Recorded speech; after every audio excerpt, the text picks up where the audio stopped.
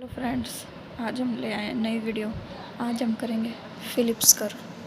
Phillips curve है, Phillips curve दिया था A.W. फिलिप्स ने 1958 में।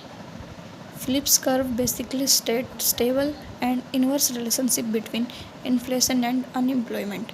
इन्फ्लेशन और अनएम्प्लॉयमेंट के बीच इनवर्स रिलेशनशिप होता है।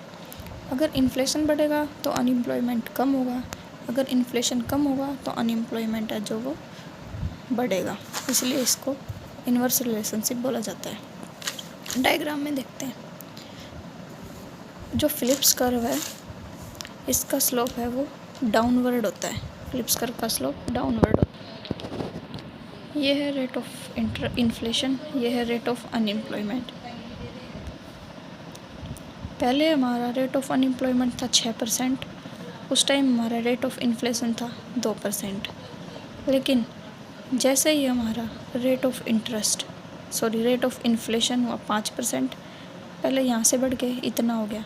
रेट ऑफ इन्फ्लेशन इंक्रीज़ हो गया हमारा 2 से 5%, और जो रेट ऑफ अनएम्प्लॉयमेंट है ये 6 से कम हो गया 4%।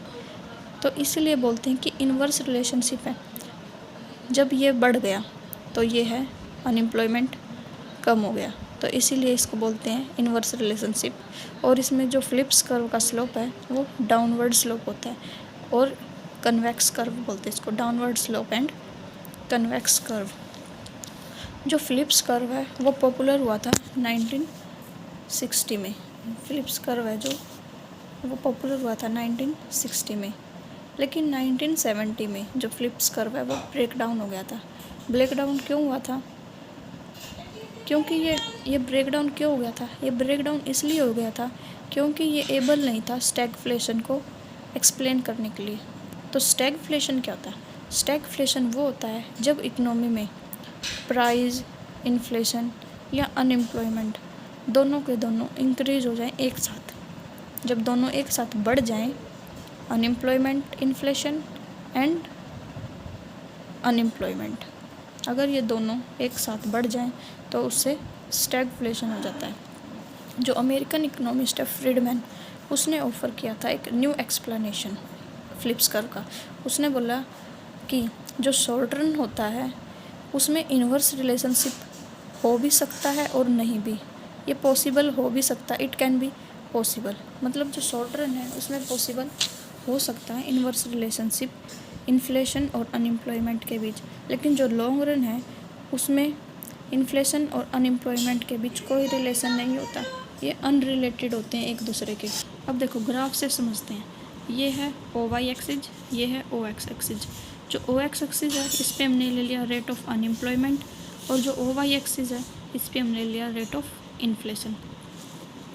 जो ये वाला कर्व है वर्टिकल, ये है long run Phillips curve. Long run Phillips curve vertical होता है, और जो शॉर्ट रन फिलिप्स कर्व है, ये जो कर्व में बना रखे, ये है शॉर्ट रन फिलिप्स कर्व। ये initial short run Phillips curve है, और ये जो नया बन के आया वो फिलिप्स कर्व है।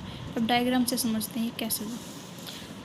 सपोज हम देखो जो इकोनॉमी है, मान लो हमारी स्टार्ट हुई ए से, ए पॉइंट से स्टार्ट हुई। ए पॉइंट से स्टार्ट होने पे जो इन्फ्लेशन है हमारा वो है 2%, और जो अनएम्प्लॉयमेंट है वो 6%। इन्फ्लेशन हमारा 2% है और अनएम्प्लॉयमेंट 6% है। क्यों है? क्योंकि यहाँ पे मोर अनएम्प्लॉयमेंट है इकोनॉमी के अंदर। ये 6 है और इन्फ्लेशन 2 है, यानी अनएम्प्लॉयमेंट है बहुत ज़्यादा है। जो ये अनएम्प्लॉयमेंट इकोनॉमी में ज़्यादा है इसको हमें कम करना पड़ेगा। तो इस जो अनएम्प्लॉयमेंट ज़्यादा है इसको कम करने के लिए हमें क्या करना पड़ेगा? जो एक्सपेंसरी पॉलिसी है उसको अपनाना पड़ेगा हमें। तो गवर्नमेंट क्या करेगी? जो अनएम्प्लॉयमेंट का प्रेशर है इसको कम करने के लिए एक्सपेंसरी पॉलिसी अपनाएगी। एक्सपेंसरी पॉलिसी को जब गवर्नमेंट इम्प्लीमेंट करेगी उससे क्या होगा? जो डिमांड है इकोनॉमी में वो बढ़ जाएगी। डिमांड इकोनॉमी में बढ़ेगी, उससे क्या होगा? जो प्राइस हैं वो इंक्रीज हो जाएंगे। डिमांड इंक्रीज होगी किसी चीज़ की तो ऑटोमेटिक है कि प्राइस भी इंक्रीज होगी। प्राइस इंक्रीज होने से क्या होगा? जो हमारी इकोनॉमी है, प्राइस इंक्रीज हुए तो हमारी इकोनॉमी है वो ए पॉइंट से बी पॉइंट पर पहुंच जाएगी, यानी मूव कर गई ए पॉइंट से बी पॉइंट पे। जब वो ए पॉइंट से बी पॉइंट पे गई तो वहाँ पे रेट ऑफ इन्फ्लेशन है वो बढ़ के 2 से 8 हो गया, और जो रेट ऑफ अनएम्प्लॉयमेंट है वो 6 से 3 हो गया। यानी जो अनएम्प्लॉयमेंट है वो कम हो गया और जो इन्फ्लेशन है वो बढ़ गया। किससे हुआ? जब गवर्नमेंट ने अनएम्प्लॉयमेंट के प्रेशर को कम करने के लिए एक्सपेंसरी पॉलिसी अपनाई। तो क्या हुआ? जो अनएम्प्लॉयमेंट है हमारा कम हो गया और जो इन्फ्लेशन है वो बढ़ गया। जब ये इन्फ्लेशन बढ़ा और अनएम्प्लॉयमेंट हमारा कम हुआ तो उससे क्या हुआ? जो प्रोड्यूसर है हमारे वो मोटिवेट हो गए। मोटिवेट क्यों हुए? क्योंकि उनको प्रोडक्शन ज़्यादा होगा और उनका आउटपुट है वो ज़्यादा होगा। किसी भी चीज़ का अगर प्राइस है ज़्यादा हो गया तो इसका मतलब क्या है? जो प्रोड्यूसर है उनको बेनिफिट हो रहा है। इसका मतलब अगर उनकी चीज़ ज़्यादा बिक रही है तो वो ज़्यादा से ज़्यादा आउटपुट करेंगे, ज़्यादा से ज़्यादा आउटपुट देंगे तो उसका प्रोडक्ट है जो ज़्यादा बिकेगा और वो ज़्यादा कमा पाएंगे।